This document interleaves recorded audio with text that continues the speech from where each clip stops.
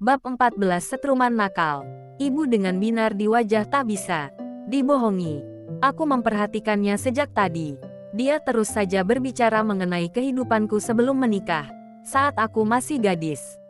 Aku tahu, beliau pasti merindukan aku. Aku pun sama. Aku tersenyum meresponnya. Benarkah, Bu? Ani malah lupa bahwa Ani senang sekali untuk makan buah lontar. Dulu, bapak kamu sewaktu kecil sering membawakannya saat pulang.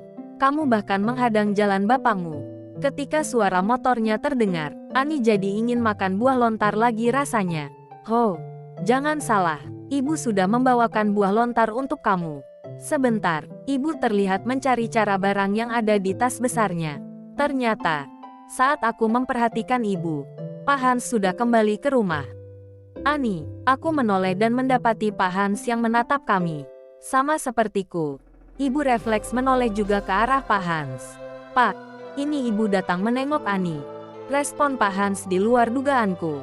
Dia tersenyum ramah ke arah ibuku dan mendekati kami. Bu Asih, sudah lama sekali tidak berjumpa. Apa kabar? Sehat, kata Pak Hans menyapa. Aku mengerjapkan mata melihat bapak mertuaku yang duduk di sisiku. Ibu yang ada di depanku terlihat senang merespon Pak Hans. Saya baik, Pak. Terima kasih sudah menerima Ani sebagai keluarga.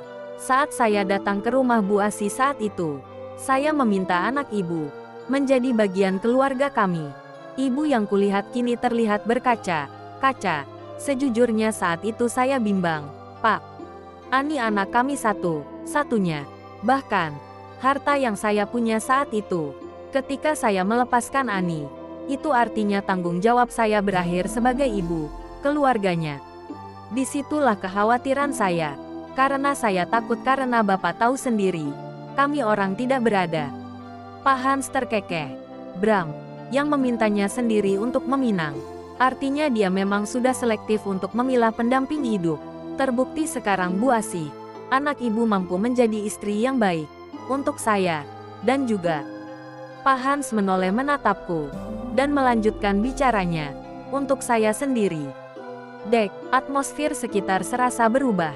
Tersirat apa yang dikatakan Pak Hans membuat aku berdebar-debar.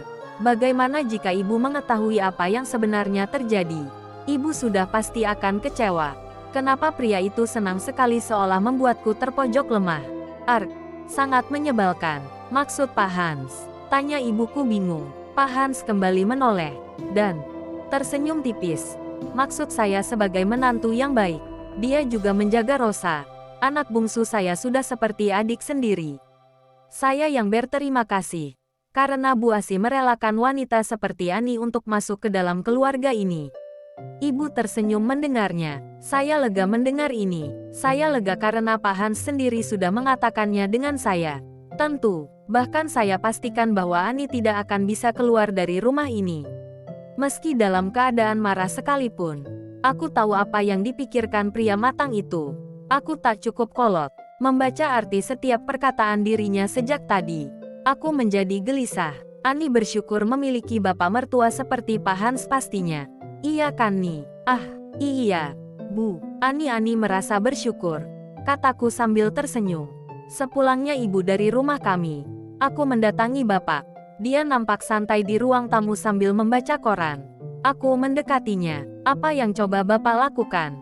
Kataku berterus terang. Pak Hans menarik sebelah alisnya dan menatapku. Bapak melakukan apa? Tidak melakukan apapun, selain membaca koran. Ada apa? Aku menghela napas, dengan mencoba menjelaskan semua ke ibu secara terang-terangan. Apa yang bapak inginkan? Pak Hans melipat koran, dan menghela napas. Loh, kamu ini aneh. Apa memang yang coba bapak katakan? Nih, kenapa sampai kamu marah? Aku menatap sekeliling, dan menatap kembali ke arahnya. Kata bapak seolah tersirat untuk malam itu. Ani sudah katakan, semua sudah selesai di malam itu. Kenapa bapak tidak bisa paham? Pak Hans bangkit dari duduknya. Matanya menyorot dingin, dan menatapku. Saya juga sudah mengatakan kepada kamu. Apa yang kamu mulai, kamu juga tak bisa mengakhirinya. Kamu lupa, aku tertegun. Apa maksudnya? Aku kira itu hanya perkataan saat Pak Hans membangkitkan gairahku. Dia ingin menuntaskan dan tak berhenti. Itu saja, tidak lebih. Maksud Bapak apa? Pak Hans mendekat. Dia menyeringai di ujung bibirnya. Aku terdiam di tempat menatapnya mendekatiku. Lalu kurasakan pinggang rampingku ditarik ke depan. Dan tubuh kami bertabrakan menempel satu sama lain. Aku terkejut. Refleks aku menengok ke sekitar. Takut bahwa Rosa akan melihatnya. Pak, lepaskan. Rosa nanti melihatnya, kataku dengan penuh penekanan. Aku memukul tangan beliau dengan keras, agar dia melepaskan rengkuhan pada pinggangku. Namun Pak Hans tak mengindahkan. Tak ada siapapun di rumah. Rosa juga tak ada di rumah. Dia sedang ke kampus. Kamu lupa. Dek, debaran jantungku mulai berdetak tak karuan. Aku meneguk salivaku sambil diam menatap manik mata yang jaraknya hanya beberapa inci dari wajahku. Pak Hans mendekatiku. Wajahnya semakin dekat ke arahku. Namun, bukan untuk mengecup bibirku, tapi mendekati ke samping wajahku. Dia membisikkan sesuatu di telingaku. Kamu yang menyalakan api, Ani. Bukannya saya yang harus menjaga agar terus menyala. Tak lama setelah beliau mengatakannya, Ani merasa daun telinganya digigit pelan. Lalu diberikan sentuhan terakhir jilatan di sana sebelum menarik dirinya kembali. Apa yang Pak Hans lakukan membuat setruman di tubuhku ini. Dia menyeringai menatapku yang merah padam. Kamu begitu cantik ketika terkejut. Saya menyukai wajah meronamu ini. Aku refleks mendorong tubuh Pak Hans. Dan pergi dari sana. Aku membawa tubuhku yang berdebar-debar ke kamar. Dan menguncinya. Saat aku berada di kamar, tubuhku menempel kusandarkan di pintu. Mataku terpejam sempurna. Aku membawa tanganku di depan dada. Dan merasakan debarannya.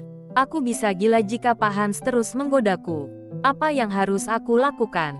Semenjak kejadian di lift itu, Latifah merasa canggung. Dia sadar betul bahwa dia menyimpan rasa dengan atasannya. Hari ini adalah hari terakhir kegiatan kami melakukan trip dinas. Itu artinya, dia tak akan melihat wajah tampan Bram lebih dari 8 jam. Karena normal jam pekerja adalah 8 jam lamanya. Pegawai lainnya sudah siap untuk makan malam bersama, sekalian penutupan acara. Latifah memang sengaja untuk datang terlambat, karena dia juga merasa tak enak badan pagi harinya. Saat dia sampai di tempat acara, Bram sudah menatapnya dari kejauhan. Latifah mendekati meja untuk bergabung. Namun, saat Latifah menarik kursi di sebelah Rama teman sekantornya, Bram menahan tangannya. Sontak membuat Latifah menoleh. Ada apa? Pak, duduk di sini saja, di samping saya. Wanita itu meneguk salivanya dan mengerjap. Cobaan apa lagi ini untuknya? Jangan lupa like dan subscribe ya guys.